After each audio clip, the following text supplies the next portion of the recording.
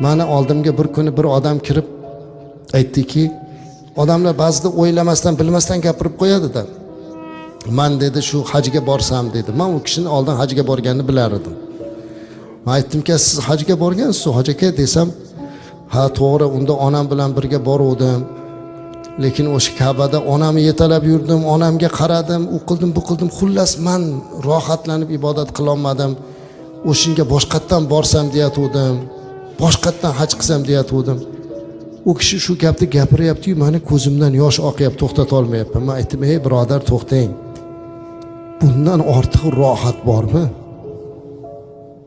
Ka'bani oldida onasini qo'lini ushlashdan ortiqroq rohat bormi?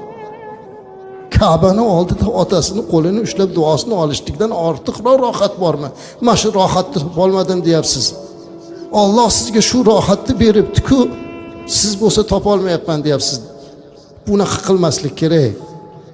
Bu rohat hammaga ham nasib qilmaydi. Puli bo'lsa yana kelar, 10 marta kelar umraga, kelar hajga. Lekin yo'q, ona bilan otani qanday olib kelsin? Shuning uchun mabodo kelgan bo'lsa, qo'llaridan o'ping, peshonasidan o'ping, Ka'bada duolarini oling. Topolmayapmiz, buni qila olmayapmiz azizlar. Qila olmayapmiz. Lekin kimdir olib kela olmagan bo'lsa, bizga o'xshab nasib qilmagan, biz yoshligimizda o'tib ketdilar, ko'ra olmadilar, hatto ilm o'qiganimizni ham, na otamiz, na onamiz. Lekin qalbimizga bitta taskinlik bor. Sizga shu taskinlikni ilindim azizlar. Ota-onasini olib kela olmaganlar. Ota-onangizni haqqiga duo qiling. Mana shu Ka'bada Hajarul Aswaddan oldingi burchak Ruknul Yamoniy. Shu yerda qilingan duo mustajab.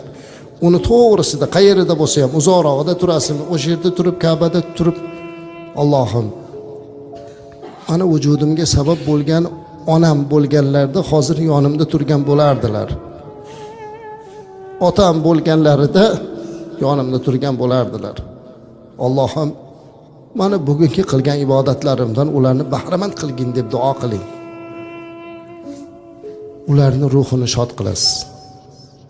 Ka'bada o'tirib boshqa narsa bilan ovora bo'lgandan ko'ra mana shunday duolarni qiling. Ana bu sizning farzandlik burchingiz bo'lsin. Allohim hammalarimizni, o'tganlarimizni rahmat qilsin ilohim.